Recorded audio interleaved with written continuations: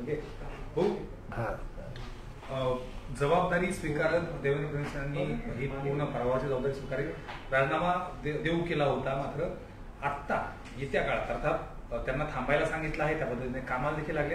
मात्र येत्या काळातली ही संपूर्ण रणनीती किंवा सगळ्या टप्प्यावर उद्या देखील बैठक पार पडते, काय नेमकी येत्या काळातली भाजपची भूमिका असणार? नाही, भारतीय जनता पार्टी हे जय पराजय झाल्यानंतर त्याचं विश्लेषण करते आणि पुन्हा नव्या जोमानं त्या ठिकाणी कामाला लागते. आणि त्याच पद्धतीनं महाराष्ट्रामध्ये देवेंद्रजींच्या नेतृत्वाखाली भारतीय जनता पार्टीनं काम सुरू केलं आहे. बैठकांचा सिलसिला सुरू आहे आणि तशाच पद्धतीनं उद्या बैठक आहे आणि नव्या जोमानं ताकदीनं पुन्हा एकदा या ठिकाणी सगळ्या विषयाचं आत्मचिंतन करून भारतीय जनता पार्टी निर्विवादपणे त्या ठिकाणी महायुतीला महाराष्ट्रामध्ये यश मिळवून देईल. मनोज जरांगे पाटलांनी आपलं उपोषण मागे घेतलंय. 13 जुलैपर्यंत सरकारला मुदत देतो, त्यानंतर जर उपोषण म्हणजे आरक्षणाच्या संदर्भात काही निर्णय झाला नाही तर थेट निवडणुकीत उतरू, अशा प्रकारचा इशारा त्यांनी दिलाय. मी मनोज जरांगेंचं मनापासनं आभार व्यक्त करेन, अभिनंदन करेन. कारण सरकार या सगळ्या विषयात सकारात्मक आहे हे त्यांनी समजून घेण्याची आवश्यकता आहे. काही लोक मनोज जरांगेच्या खांद्यावर बंदूक ठेवून सरकारला निशाणा करण्याचा प्रयत्न करत आहेत. मला वाटतं माझी त्यांना नम्र विनंती असेल, मुख्यमंत्री एकनाथराव शिंदे साहेब आहेत, मराठा समाजाला ज्यांनी पहिलं आरक्षण दिलं होतं ते देवेंद्रजी उपमुख्यमंत्री आहेत. पुन्हा आज ते त्यांची भूमिका सकारात्मक आहे आणि त्याच्यामुळे सरकार कुठेतरी टाळतंय, नकारात्मक भूमिका असं नाही आहे. आणि त्याच्यामुळे मला वाटतं जरांगेंनी त्या ठिकाणी संवाद सरकारशी ठेवावा आणि वारंवार चर्चेतनं एक एक गोष्टी त्या ठिकाणी आपल्या मागण्या मान्य करत मराठा समाजाला त्या ठिकाणी दिलासा द्यावा. समाजामध्ये जातीयते निर्माण होईल अशा प्रकारे काही लोकांचा प्रयत्न आहे. त्याला या ठिकाणी या विषयामुळे खतपाणी मिळू नये याची सर्वांनी काळजी घेण्याची आवश्यकता आहे. संघविचारांशी संबंधित असलेल्या ऑर्गनायझर या नियतकालिकामध्ये भाजप आणि एकंदर भाजपच्या नेत्यांवरती टीका करण्यात आली की भाजपचे काही नेते हे जनतेपासून मूळ प्रश्नांपासून बाजूला गेले होते, हवेत होते आणि त्यांच्या अति आत्मविश्वासामुळेच भाजपला मोठ्या प्रमाणात पिछेहाटीला सामोरं जावं लागलं. आणि याला जोडून प्रश्न आहे की राष्ट्रवादीला सोबत घेतल्यामुळे भाजपचं जे ब्रँडिंग आहे ते कमी झालं.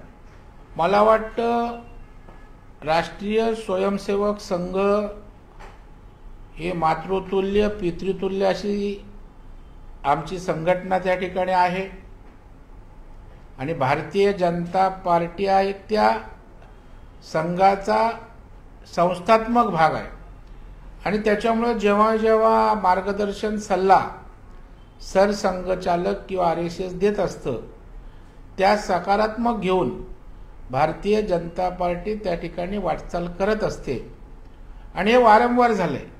आपण बघाल ज्या वेळेला इंडिया शायनिंग त्या ठिकाणी होती त्याही वेळेला अशाच प्रकारचं थोडं अपयश आलं होतं आणि त्याही वेळेला विवेक साप्ताहिकातनं की पाक्षिकातनं त्या ठिकाणी सल्ला दिला गेला होता, काही भूमिका मांडली होती आणि शेवटी या भूमिका पॉझिटिव्ह घेत दुरुस्त करत पुढे जायचं हा परंपरा भारतीय जनता पार्टीची आहे आणि त्याच्यामुळे काही विशेष असं याच्यात वाटत नाही.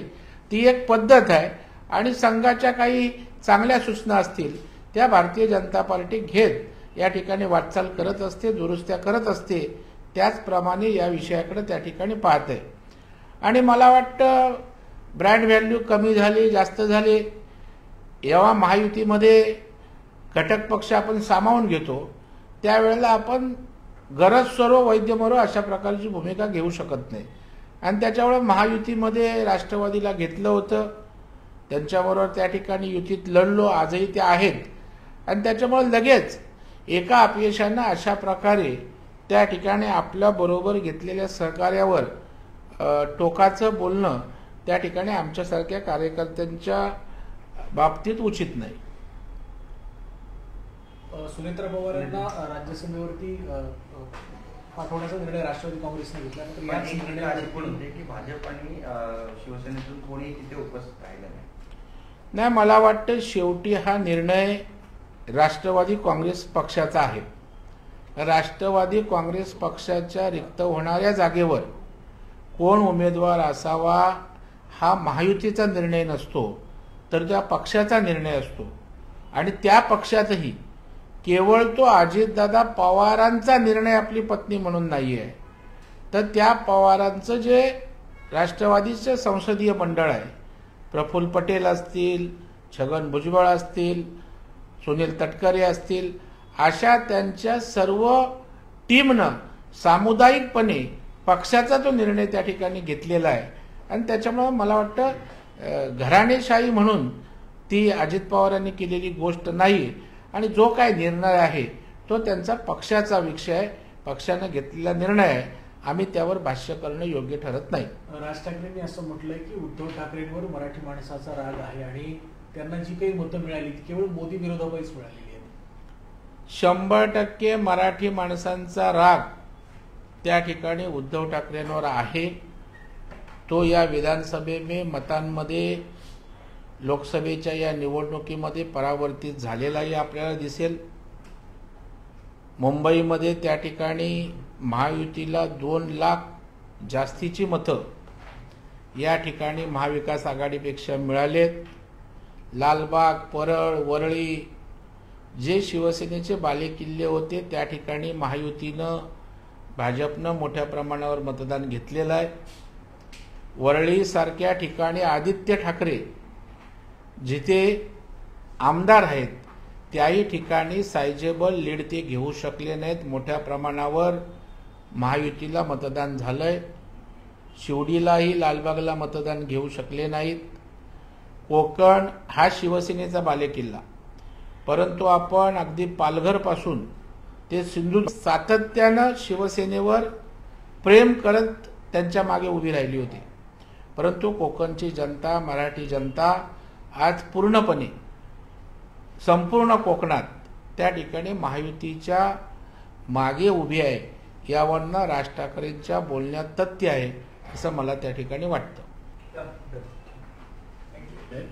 13 जुलैपर्यंत सरकारला मुदत देतो, त्यानंतर जर आरक्षणाच्या संदर्भात काही निर्णय झाला नाही